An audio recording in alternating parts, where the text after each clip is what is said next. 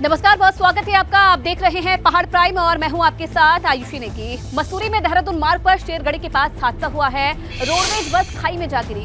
हादसे के समय बस में 34 यात्री सफर कर रहे थे, जिसमें 2 यात्रियों की मौत हो गई है, जबकि 22 यात्री घायल बताए जा रहे हैं।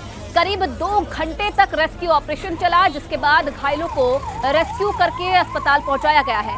बताया जा रहा है कि रोडवेज की बस Mussoorie picture palace bus stand से देहरादून के लिए रवाना हुई थी और मसूरी से 3 किलोमीटर दूर शेरगढ़ी आईटीबीपी के पास अचानक मोड़ पर अनियंत्रित हो गई और खाई में जा गिरी। हादसे की वजह की जांच की जा रही है और ये मौके की तस्वीरें भी आप देख रहे हैं। जिस वक्त ये हादसा पेश आया, देखिए किस तरीके से हड़कंप मच गया। मौके पर पुलिस को बुलाया गया, रेस्क्यू टीमों को बुलाया गया, जिसके बाद यात्रियों का रेस्क्यू किया गया। 2 घंटे तक रेस्क्यू ऑपरेशन चला है और 33 यात्री बताए जा रहे हैं इस बस में सवार थे, जिनमें 2 की मौत हो गई है और कई लोग घायल बताए जा रहे हैं। मौके की एक्सक्लूसिव तस्वीरें भी आप देखिए किस तरीके से जद्दोजहद की जा रही है लोगों को बचाने के लिए।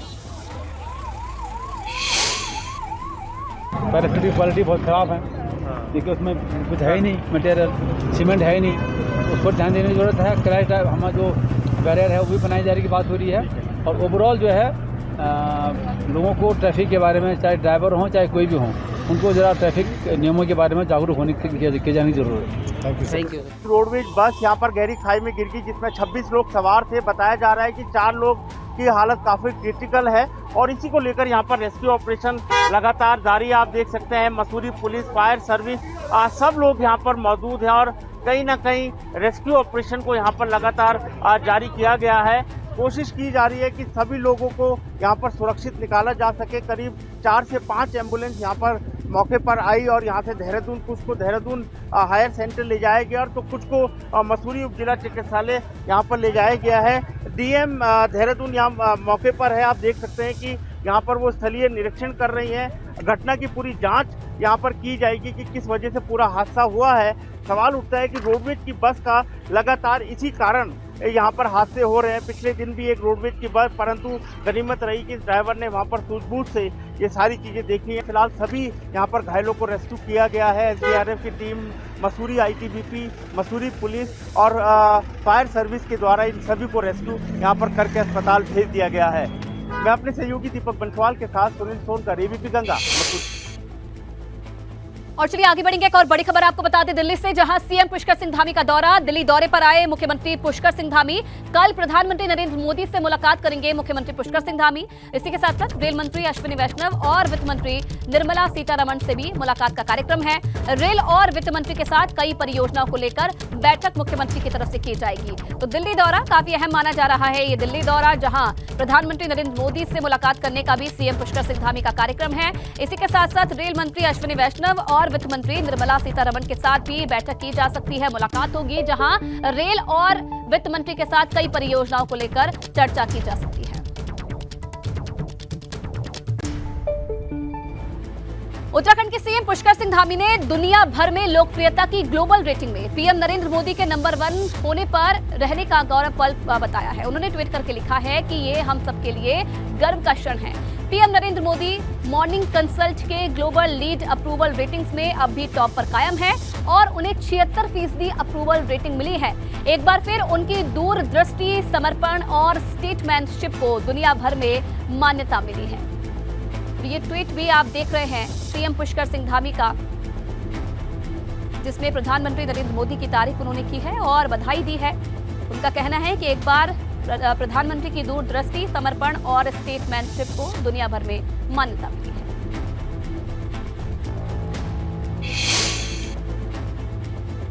और चलिए आगे बढ़ेंगे तो रुद्रप्रयाग में प्रशासन केदारनाथ धाम की यात्रा की तैयारियां कर रहा है, मगर बार बार खराब हो रहे मौसम ने प्रशासन की चिंता को बढ़ा दिया है। केदारनाथ धाम में एक बार फिर से बर्फबारी हुई है, जिससे केदारनाथ धाम की यात्रा की तैयारियां रुक गई है। बर्फबारी की वजह से भले ही यात्रा की तैयारियां बाधित हो, मगर केदारपुरी की रौनक देखते ही बन गई है।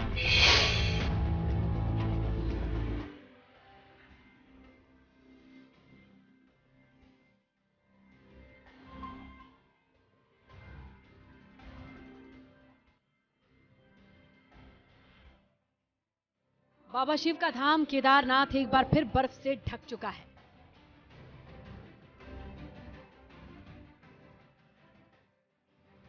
केदारपुरी में हर तरफ बर्फ ही बर्फ नजर आ रही है। केदारनाथ मंदिर के सामने का नजारा देखिए।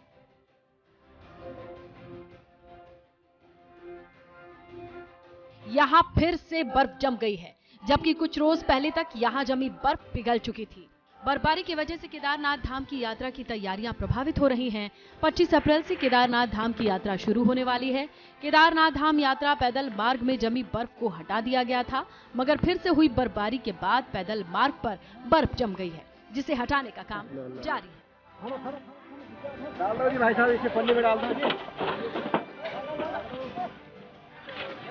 यात्रा शुरू होने में समय कम रह गया है। अभी तक केदारनाथ धाम में ज्यादातर काम अधूरे पड़े हैं। तीर्थ यात्रियों के लिए टेंट कॉलोनी बसाना है, खाने पीने की व्यवस्था करना, तमाम जरूरी काम अभी भी अधूरे पड़े हैं। प्रशासन की कोशिश है कि 15 अप्रैल से पहले यात्रा मार्ग को आवाजाही के लायक बना दिया जाए, मगर मौसम साथ नहीं दे रहा है। बर्फबारी की वजह से केदारनाथ धाम में चल रहे पुनर्निर्माण कार्य प्रभावित हो रहे हैं। धाम के दूसरे चरण के पुनर्निर्माण के काम शुरू हुए थे, मगर बर्फबारी की वजह से काम रुके हुए हैं। ऐसे में सवाल यह है, अगर मौसम ऐसा ही बना रहा तो इस बार केदारनाथ धाम की यात्रा की तैयारियां तय वक्त पर कैसे पूरी होंगी। एबीपी गंगा के लिए रुद्रप्रयाग से रोहित टिम्बी की रिपोर्ट।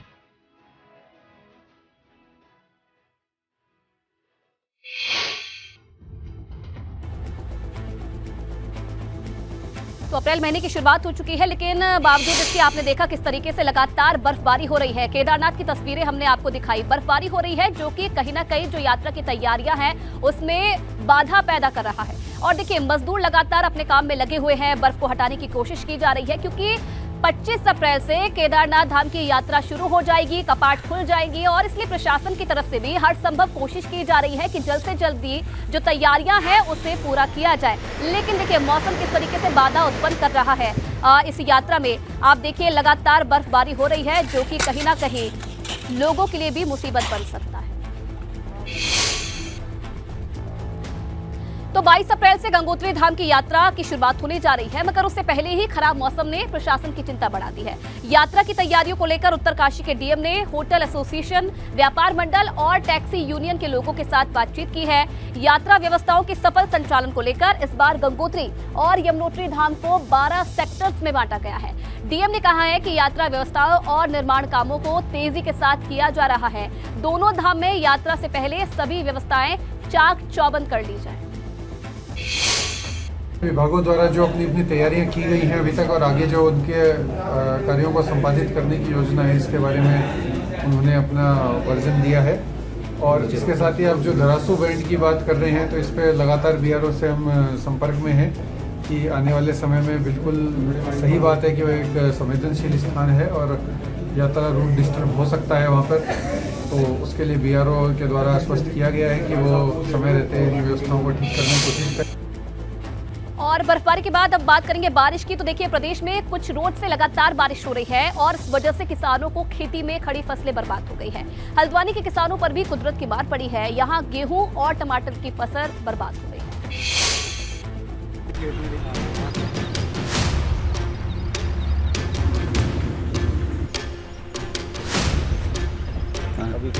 मार्च महीने में हुई बारिश ने हल्द्वानी के किसानों की कमर तोड़ दी है। बारिश और ओलावृष्टि की वजह से किसानों के खेतों में खड़ी फसल बर्बाद हो गई।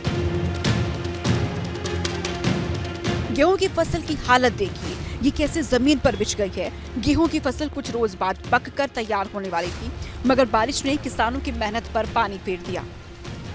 गेहूं उगाए, गेहूं में बारिश होने से ही बहुत नुकसान हो गया, गिर गए। पिछली बारिश में भी गिर गए और ये बारिश हुई, इसमें तो और ही ज़्यादा गिरा दी है। अब इसमें नुकसान ही है, कटाई का खर्चा ज़्यादा, जमने का खतरा है, इसमें गेहूं जम जाएगा। टमाटर है, उसमें भी नुकसान हो गया, वो भी सब गल गए, सड़ गए। अब टमाटर बिक नहीं रहे। उधर टमाटर की खेती कर रहे किसानों पर बेमौसम बारिश कहर बनकर बरसी है। इन टमाटर की हालत देखिए, ओले गिरने की वजह से पूरी फसल बर्बाद हो गई। किसान परेशान है। उसके सामने सवाल है कि अब इन टमाटर को मंडी में बेचेगा कैसे। गेहूँ उगाए थे, गेहूँ तो बर्बाद हो गए, टमाटर भी बर्बाद हो गए, और इन्हें खराब कर दिए सब। और ये लहसुन करा, ये भी बर्बाद हो गया। मंडी में जा ही नहीं रहा कुछ भी।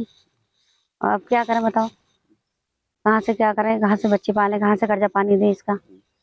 और परेशान हो गए हैं। सब बारिश ने तबाह कर दिया है सब कुछ। मार्च अप्रैल महीने में तराई क्षेत्र में रबी की फसल तैयार हो जाती है। इन दिनों खेतों में खड़ी गेहूं और चने की फसलें तैयार है, लेकिन मौसम की मार ऐसी पड़ी कि फसल तबाह हो गई है, जिस वजह से किसान मायूस है। एबीपी गंगा के लिए हल्द्वानी से अंकित शाह की रिपोर्ट। नुकसान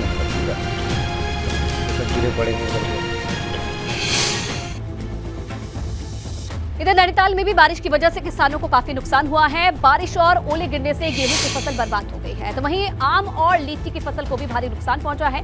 किसानों का कहना है कि क्षेत्र में करीब 80% फसल बर्बाद हो चुकी है और इसलिए सरकार को अब मुआवजा देना चाहिए। यहाँ पर लगभग जो है गेहूं की और प्याज और जो है हमारा चना मसूर इत्यादि है, इसके 80% लगभग ख़त्म हो चुका है, जो कि आगे बहुत मुश्किल है कि कैसे समय काटेंगे। इसने हमारा बहुत नुकसान कर दिया है।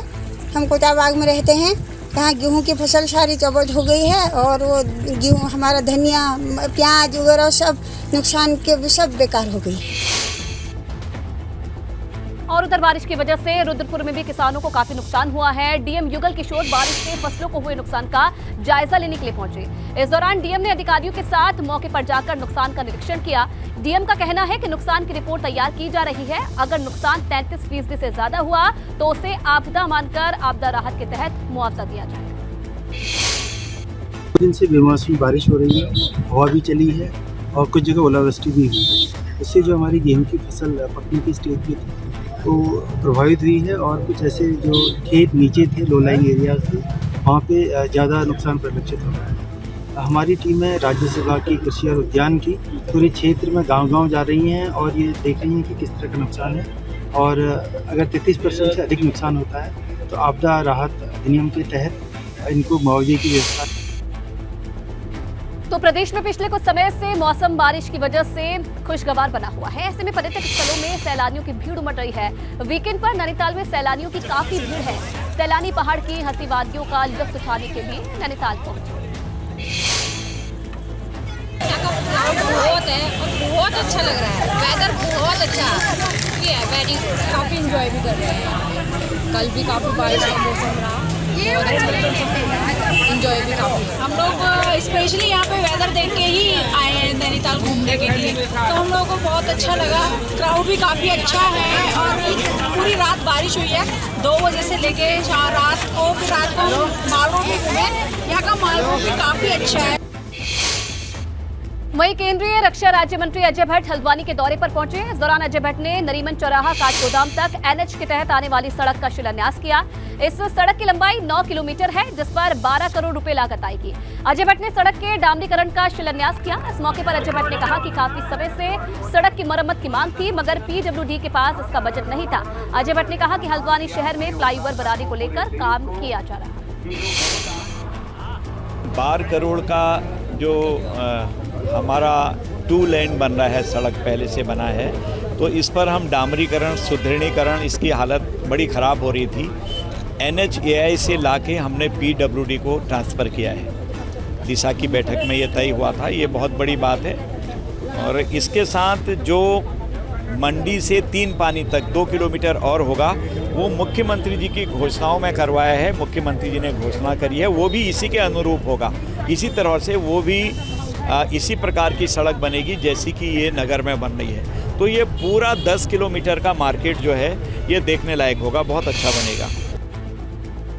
इधर रुड़की कांग्रेस में चल रही गुटबाजी कम होने का नाम नहीं ले रही है। प्रदेश कांग्रेस हाईकमान ने महानगर अध्यक्ष पद पर राजेंद्र चौधरी की नियुक्ति की है, जिसके विरोध में बगावती सुर नजर आने लगे हैं। वहीं नव नियुक्त कांग्रेस महानगर अध्यक्ष राजेंद्र चौधरी ने कहा कि मेरा काम संगठन को मजबूत करना है, संगठन में जो बिखराव होगा उस पर काम किया जाएगा। संगठन में जो बिखराव है, जो परिवारों में आपस में खींचतान है, उसे कम करना है और मैं इस काम को करूँगा और पूरी ईमानदारी से करूँगा, बिना भेदभाव के करूँगा। हमारे शहीद सैनिक हुए, उनके परिवारों को निःशुल्क बिजली दी जाए, वो अस्वीकार हो गया। किसानों को फ्री बिजली दी जाए, वो अस्वीकार हो गया। टैरिफ को एक स्लैब में लाया जाए, वो अस्वीकार हो गया। ये तो मनमर्जी की सरकार है। वहीं पौड़ी में पैठानी बाजार के अस्तित्व पर खतरा मंडरा रहा है। दरअसल लोक निर्माण विभाग ने व्यापारियों को नोटिस भेजा है ताकि सड़क चौड़ीकरण का काम शुरू करवाया जा सके, मगर इससे कई बड़े व्यापारिक प्रतिष्ठानों पर संकट मंडरा रहा है। व्यापारियों का कहना है कि प्रदेश सरकार सड़क चौड़ीकरण के बजाय बाईपास का निर्माण करे ताकि उनकी दुकानें भी बच जाएं। उधर कांग्रेस भी अब दुकानदारों के समर्थन में उतर आई है। कांग्रेस के पूर्व प्रदेश अध्यक्ष गणेश गोदियाल ने कहा कि सरकार को दुकानदारों की पीड़ा को समझना चाहिए। उन्होंने पीडब्ल्यूडी वालों ने या सरकार ने पहले तो किसी को सूचित नहीं किया। जब मकान बन रहे तब तो किसी को सूचित किया नहीं, किसी को बताया नहीं।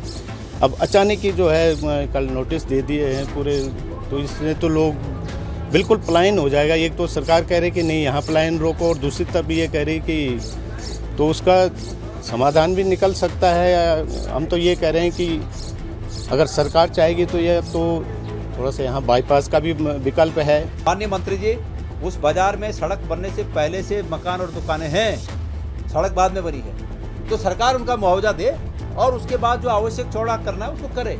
ये तुगलकी फरमान नहीं चलेगा कि बस मेरा वाहन फंस गया तो तोड़ दो वहाँ, ये ठीक नहीं है। आप उनका मुआवजा दें और मुआवजे के बाद वो सड़क को चौड़ा करें। मुआवजा लोगों को मिलेगा, लोग अपना मकान खुद ही पीछे कर लेंगे इस मुआवजे के हिसाब से।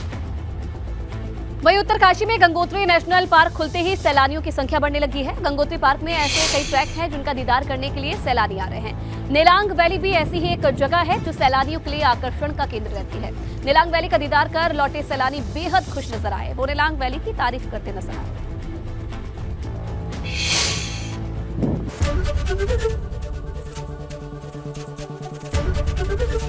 एबीपी गंगा, खबर आपकी, जुबान आपकी।